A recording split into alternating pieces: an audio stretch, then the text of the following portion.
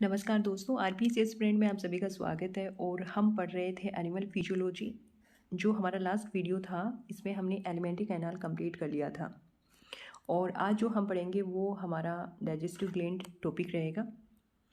तो ये first grade के पॉइंट ऑफ व्यू से पढ़ रहे हैं। बाकी जो डिफरेंट टाइप की एग्जाम हैं, जैसे नेट, केवीएस, रीट में भी ये टॉपिक है। और माननीय मुख्यमंत्री जी ने ट्वीट करके भी कहा था कि 14-15 मई को हम एग्ज़ाम करवाएंगे। तो उसके अकॉर्डिंग भी ये हमारा टॉपिक काफ़ी ज़्यादा इंपॉर्टेंट रहेगा। और साथ में ही सेकेंडरी लेवल का पोर्शन पढ़ रहे हैं। तो जो सेकेंडरी लेवल के जो बच्चे हैं, यानी 12th के जो बच्चे हैं, तो वो उनके लिए भी ये वीडियो काफ़ी ज़्यादा इंपॉर्टेंट रहेगा। तो उसके पॉइंट ऑफ व्यू से भी आप ये वीडियो देख सकते हैं। अब जो हमारा जो टॉपिक चल रहा था वो डाइजेस्टिव सिस्टम था। इसमें एलिमेंट्री कैनाल को कंप्लीट कर लिया था। और ये है हमारा डाइजेस्टिव ग्लैंड। आज जो हम पढ़ेंगे डाइजेस्टिव ग्लैंड से शुरुआत करेंगे। तो फिर शुरुआत करते हैं। डाइजेस्टिव ग्लैंड में 3 ग्लैंड पढ़ेंगे। एक तो है स्लेवरी ग्लैंड, और दूसरी है लीवर, और तीसरी है पैनक्रियाज। ये पढ़ेंगे। स्लेवरी ग्लैंड से स्टार्टअप करते हैं। ये जो लार ग्रंथियाँ हैं, ये लार ग्रंथियाँ क्या है? लार का श्रावण करती हैं। लार मतलब स्लाइवा। क्या? स्लाइवा का सिक्रेशन करती हैं। अब पैरासिम्पैथेटिक नर्व्स है, ये लार के श्रावण को प्रेरित करती हैं। जबकि जो सिम्पैथेटिक नर्व्स हैं, ये लार के श्रावण को क्या करती हैं? रोकती हैं। यानी लार ग्रंथियां हैं, ये लार का क्या करती हैं? श्रावण करती हैं, स्लाइवा का श्रावण करती हैं। पैरासिम्पैथेटिक नर्व्स हैं, ये श्रावण को प्रेरित करती हैं। जबकि सिम्पैथेटिक नर्व्स हैं, ये श्रावण को क्या करती हैं? रोकती हैं, संदमन करती हैं। अब लार ग्रंथियां, अब हम ह्यूमन की फिजियोलॉजी पढ़ रहे हैं। तो ह्यूमन में क्या होती है? 3 जोड़ी लार ग्रंथियां पाई जाती है। कितनी? 3 जोड़ी लार ग्रंथियां पाई जाती हैं। और ये जो लार ग्रंथियां होती हैं बहिस्रावी होती हैं, एक्जोक्राइन होती हैं। इसका मतलब क्या हुआ? इसका मतलब ये हुआ कि यहाँ पर डक्ट प्रेजेंट है। क्या प्रेजेंट है? डक्ट यानी नलिकाएं प्रेजेंट है। ये एक्जोक्राइन है। ये ग्लैंड क्या है? एक्जोक्राइन है। जो फर्स्ट है, ये लार ग्रंथि, पैरोटिड लार ग्रंथि, ये फर्स्ट है। और ये सबसे बड़ी लार ग्रंथि है। सबसे बड़ी लार ग्रंथि कौन सी है? पैरोटिड ग्लैंड है। ठीक है, पैरोटिड स्लेवरी ग्लैंड है। ये कर्ण के नीचे और जो हमारा गाल वाला जो एरिया है वहाँ पर ये पाई जाती है। और ये ग्रंथि अपना जो श्रावण है वो स्टेसन्स डक्ट के द्वारा ऊपरी जबड़े के कृतनक दांतों के क्या करती है? पीछे करती है। यानी कहने का मतलब है, सबसे बड़ी लार ग्रंथि कौन सी है? Parotid gland. ये कर्ण के नीचे यानी कान के नीचे और गाल का जो एरिया है वहाँ पर ये पाई जाती हैं। और ये पैर में पाई जाती हैं, जोड़ी में पाई जाती हैं। ठीक है। और ये ग्लैंड अपना जो सिक्रेशन है, वो स्टेसन्स डक्ट के द्वारा ऊपरी जबड़े के जो इंसीजर दांत होते हैं उनके पीछे करती हैं। ठीक है, ये चीज़ याद रखनी है। कौन सी डक्ट है? स्टेसन्स डक्ट है। अब जो हमारी सेकंड है अपनी जो स्लेवरी ग्लैंड है, वो सब मैक्सिलरी और सब मैंडिबुलर स्लेवरी ग्लैंड है। ठीक है। और ये ग्लैंड अपना श्रावण है वो निचली जबड़े के पास में करती है। जबकि पैरोटिड ग्लैंड थी वो ऊपरी जबड़े के इंसीजर टीथ के पीछे करती थी। और ये ग्लैंड अपना श्रावण है वो वाहर्टन डक्ट के द्वारा करती है। कौन सी डक्ट के द्वारा करती है? वाहर्टन की डक्ट के द्वारा करती है। जबकि पैरोटिड ग्लैंड थी वो स्टेसन्स डक्ट के द्वारा करती थी। तो ये डक्ट भी आपको ध्यान में रखती है कि कौन सी डक्ट किसके द्वारा अपना सिक्रेशन करती है, अपना श्रावण करती है। ठीक है। अब जो थर्ड है, ये सब लिंगुअल लार ग्रंथि है। ये ग्रंथि जिव्या के नीचे खुलती है। कहाँ? अपनी जो टंग होती है ना, उसके नीचे खुलती है। और सबसे छोटी लार ग्रंथि है। और सबसे बड़ी लार ग्रंथि कौन सी है? पैरोटिड ग्लैंड है, वो सबसे बड़ी लार ग्रंथि है। और सबसे छोटी सबलिंगुअल लार ग्रंथि है।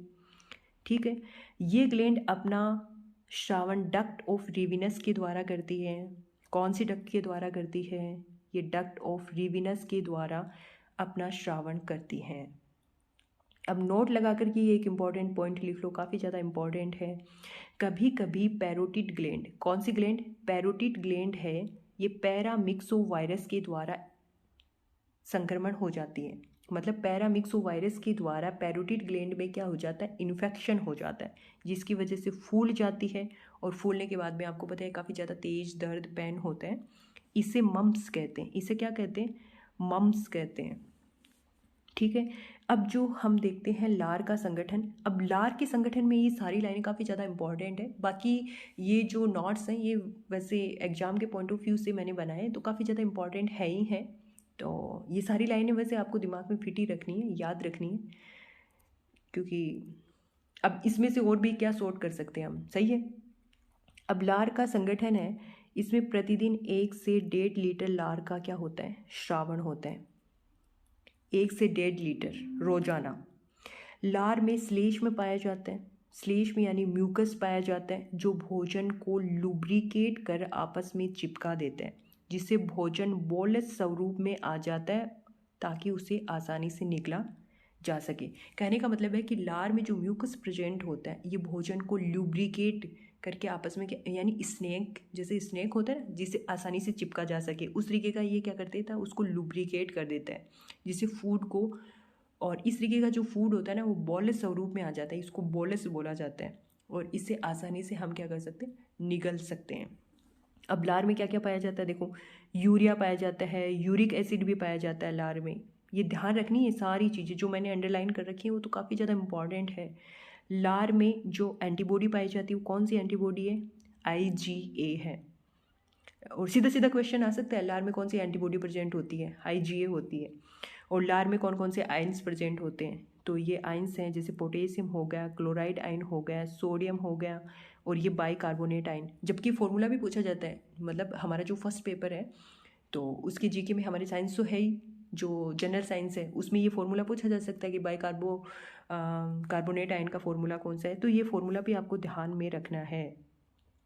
और लार में थियोसाइनेट आयंस पाए जाते हैं, और ये थियोसाइनेट आयन कैसे होते हैं, एंटी बैक्टीरियल होते हैं। कैसे होते हैं, एंटी बैक्टीरियल होते हैं। और लार में एंजाइम पाया जाता है, लाइसोजाइम एंजाइम पाया जाता है, ये भी एंटी बैक्टीरियल होता है। कैसा होता है, एंटी बैक्टीरियल होता है।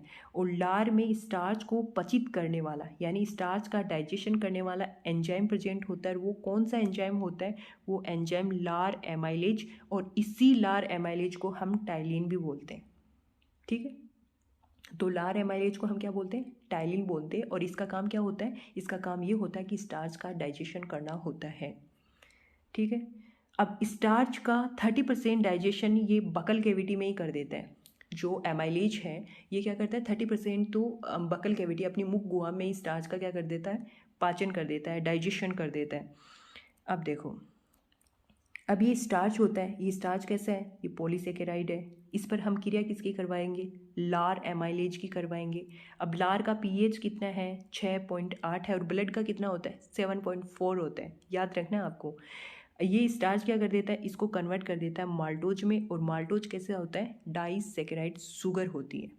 ठीक है, लार का पीएच हमने बात कर ही ली, 6.8 होता है, यानी हल्का अम्लीय, स्लाइटली एसिडिक होता है लार का पीएच। अब हम जो आगे पढ़ेंगे, अब हमने जो हमारी सलेवरी ग्लैंड थी वो कंप्लीट हो चुकी है। अब हमारी जो अगली डाइजेस्टिव ग्लैंड है वो है यकृत। ठीक है, तो यकृत से पढ़ना स्टार्टअप करते हैं। लीवर है, ये शरीर की सबसे बड़ी ग्रंथि है।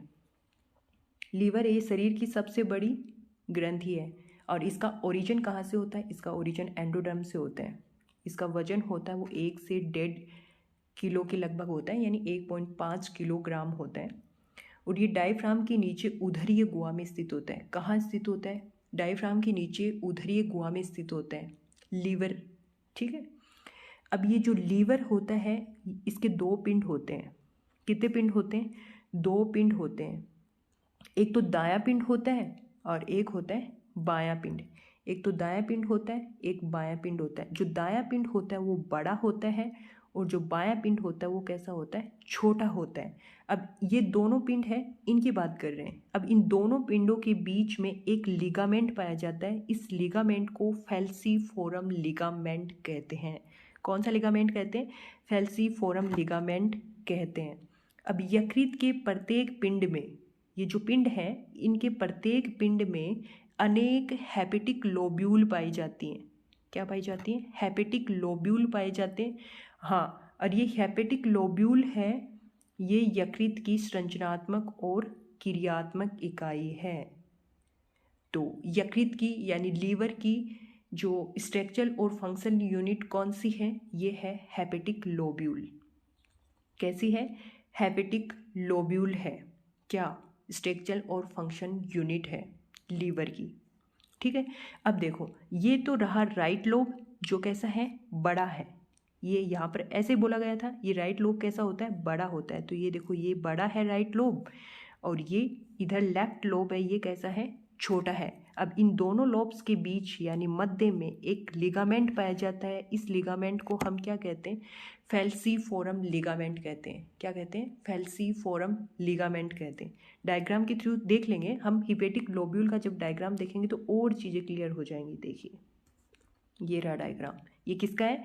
हेपेटिक लोब्यूल का है, यानी यकृत पिंडक का होता है। यकृत पिंडक का है, और ये यकृत पिंडक क्या है? ये यकृत पिंडक लीवर की स्ट्रक्चर और फंक्शन यूनिट है। ध्यान रखनी है, इम्पॉर्टेंट है ये चीज़ें। देखो अब ये है यकृत पिंडक, ये इसका डायग्राम है। यानी हेपेटिक लोब्यूल को बाहर की तरफ जो घेरे हुए रहते हैं इसको ग्लिसन कैप्सूल कहते हैं, यानी ग्लिसन्स कैप्सूल कहते हैं। किसको? जो हेपेटिक लोब्यूल को बाहर की तरफ जो घेरे हुए रहता है, ये है ग्लिसन्स कैप्सूल। और इसके अंदर जो आपको ये दिख रहा है, ये है निवायिका त्रय। क्या है? निवायिका त्रय। बीच में जो सेंटर में आपको नज़र आ रहा है, ये सेंट्रल वीन यानी केंद्रीय शिरा है। और देखिए जो आपको रो में ये नज़र आ रही हैं, रो में यानी जो रो के अंदर आपको जो सेल्स नज़र आ रही हैं, ये सेल्स हैं हिपेटिक सेल्स। इन हिपेटिक सेल्स को हम हिपेटोसाइट भी कहते हैं। क्या कहते हैं? हिपेटोसाइट भी कहते हैं।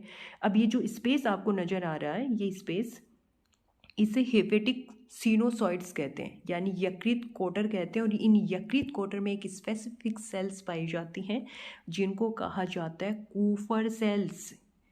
और ये कूफर सेल्स क्या करती हैं? जो मृत आरबीसी और डब्ल्यूबीसी होती है ना, उनका भक्षण कर देती हैं, उनको खा जाती हैं। ठीक है, ये जो पूरा डायग्राम था वो हिपेटिक लोब्यूल का था, यकृत पिंडक का था। अब इसकी थ्योरी देख लेते हैं हम। थ्योरी वही है जो डायग्राम में मैंने आपको बताई है, वही थ्योरी है ये।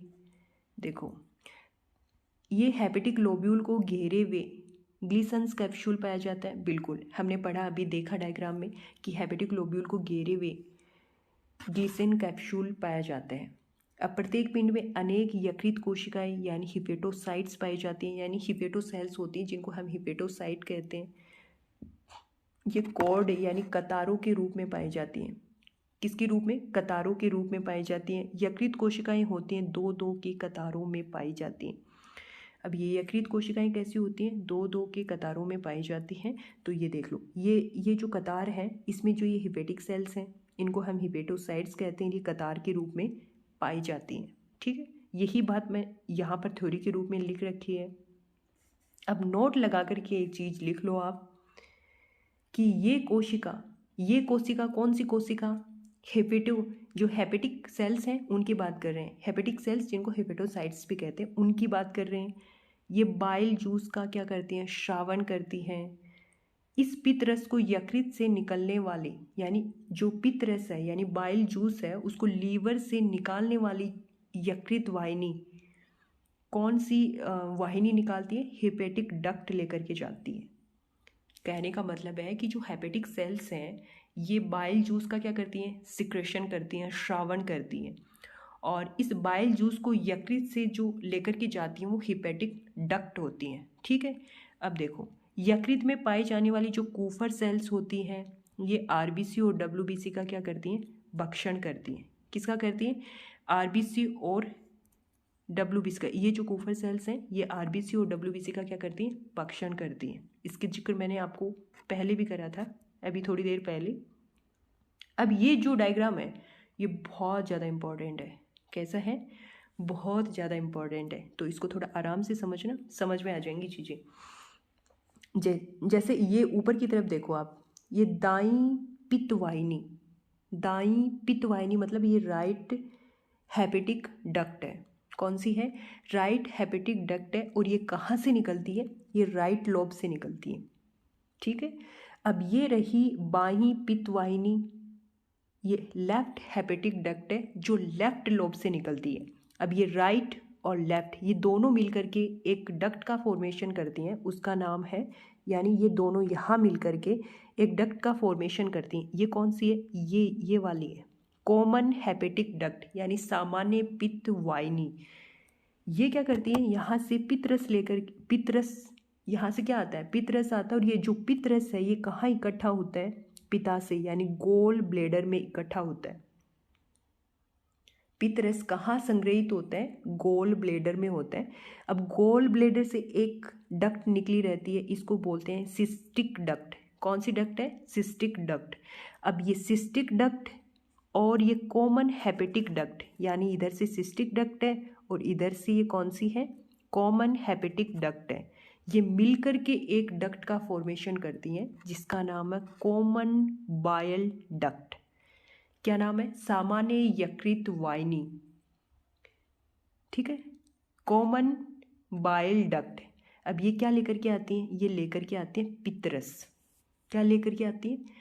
पित्तरस यानी बाइल जूस लेकर के आती है। और ये जो कॉमन बाइल डक्ट है ये यहाँ से किससे अटैच रहती है? ये जैसे अग्नाशय है यानी पैनक्रियाज है, और पैनक्रियाज से पैनक्रिएटिक डक्ट निकलती है, यानी अग्नाशय वाहिनी निकलती है। और अग्नाशय वाहिनी से कौन सा जूस आता है? पैनक्रिएटिक जूस निकलता है। ठीक है, और यहाँ से कॉमन बाइल डक्ट से बाइल जूस आता है, यानी ऊपर से तो बाइल जूस आएगा और इधर से पैनक्रिएटिक जूस आएगा। यानी ये जो डक्ट है इसमें दो जूस रहेंगे, एक तो बाइल जूस रहेगा और एक रहेगा पैनक्रिएटिक जूस। ठीक है, अब ये जो डक्ट है ये कौन सी डक्ट कहलाएगी? Hepato pancreatic duct. और इसको बनाने वाली कौन सी? कॉमन बाइल डक्ट है ये, और ये इधर वाली है पैनक्रिएटिक डक्ट। मिल करके इसको बना देती हैं हीपेटो पैनक्रिएटिक डक्ट। और इसमें जो जूस होता है यहाँ पर बाइल जूस होता है और पैनक्रिएटिक जूस होता है। आगे जाके ये किस में खुलती हैं? जो हमारी ड्यूडोनम है यानी स्मॉल इंटेस्टाइन है, उसका जो फर्स्ट पार्ट होता है ड्यूडोनम। कौन सा पार्ट? ड्यूडोनम ग्रैनी, जिसकी लंबाई कितनी होती है? 25 सेंटीमीटर के लगभग होती, ज़्यादा बड़ी नहीं होती है ये। तो यहाँ पर एक स्फिंक्टर पाया जाता है। इस स्फिंक्टर को हम क्या कहते हैं? Sphincter of ODI. Sphincter of ODI. ठीक है, ये तो इस तरीके से समझ लिया आपने कि राइट लोब से राइट हेपेटिक डक्ट निकलती है और लेफ्ट हेपेटिक डक्ट मिलकर के सामान्य पित्त वाहिनी का निर्माण कर देती हैं। और इधर से सिस्टेटिक डक्ट और ये कॉमन हेपेटिक डक्ट मिलकर के कॉमन बाइल डक्ट का फॉर्मेशन करती हैं। ये इधर अग्नाशय हो गया, अग्नाशय से पैनक्रिएटिक डक्ट निकलेगी और पैनक्रिएटिक डक्ट से पैनक्रिएटिक जूस और कॉमन बाइल डक्ट से बाइल जूस मिल करके ये सारा कहाँ जाएगा? स्मॉल इंटेस्टाइन के ड्यूडेनम में आ जाएगा। ठीक है, अब जो बाइल जूस है ये किसके द्वारा स्रावित होता है? यकृत कोशिकाओं के द्वारा स्रावित होता है, हेपेटिक सेल्स के द्वारा स्रावित होता है। ठीक है, यकृत कोशिकाओं के द्वारा निकलता है। कौन? Bile juice. अब ये जो बाइल जूस है इसका जो पीएच होता है वो 7.4 से लेकर के 7.6, ब्लड का होता है कितना? 7.4। और ये क्षारीय पीएच होता है। बाइल जूस में दो पिगमेंट पाए जाते हैं जिसकी वजह से ये कलरफुल होता है। अब पिगमेंट कौन कौन से हैं? एक तो बिलीरुबिन है जो येलो कलर देता है, और दूसरा कौन सा है? बिलीवर्डिन है जो हरा कलर देता है। इसकी वजह से यानी बाइल जूस का जो कलर होता है हरा और पीला, बिलीरुबिन और बिलीवर्डिन की वजह से होता है। इन दोनों पिगमेंट की वजह से ये हरा और पीला कलर देता है। ठीक है, पित्तरस में कुछ लवण प्रेजेंट होते हैं, बाइल साल्ट प्रेजेंट होते हैं। अभी कौन कौन से होते हैं देखो, जो साल्ट प्रेजेंट होते हैं वो है सोडियम ग्लाइकोकोलेट और सोडियम टेरोकोलेट। दो साल्ट प्रेजेंट होते हैं, एक तो सोडियम ग्लाइकोकोलेट और एक है सोडियम टेरोकोलेट। अब इसका कार्य क्या होता है? पित्त लवण, यानी जो पित्त लवण है यानी बाइल साल्ट है, ये क्या करते हैं? वसा का पायशीकरण करते हैं। क्या करते हैं? पायसीकरण करते हैं, अर्थात वसा की बड़ी बड़ी जो बूंदें होती हैं उनको छोटी छोटी बूंदों में क्या करते हैं? बदलते हैं, और इसे क्या कहते हैं? मिसेल्स कहते हैं। ठीक है, अब एक इम्पॉर्टेंट लाइन और है, पित्तरस है। पित्तरस यानी बाइल जूस में लाइपेज एंजाइम पाया नहीं जाता लाइपेज एंजाइम, तो वैसे ये तो उसमें पाया जाता है, लार में पाया जाता है। कहाँ पाया जाता है? लार में पाया जाता है लाइपेज एंजाइम। लेकिन बाइल जूस है वो लाइपेज एंजाइम को क्या करता है? एक्टिव करता है। और जबकि पित्त रस में तो कोई भी एंजाइम होते हैं वो नहीं पाए जाते। पित्त रस भोजन को क्या बनाता है? क्षारीय बनाता है। क्या बनाता है? क्षारीय बनाता है। और ये लाइपेज एंजाइम को क्या करता है? सक्रिय करता है। और पित्त रस में कोई भी एंजाइम नहीं पाए जाते। तो आज हमने देखा डाइजेस्टिव ग्लैंड में सलेवरी ग्लैंड, और दूसरी हमारी जो ग्लैंड थी वो था लीवर। और आगे जो हम पढ़ेंगे इसको कंटिन्यू रखेंगे, फिर हम पैनक्रियाज पढ़ेंगे, फिर हमारा डाइजेस्टिव जो सिस्टम है वो कंप्लीट हो जाएगा।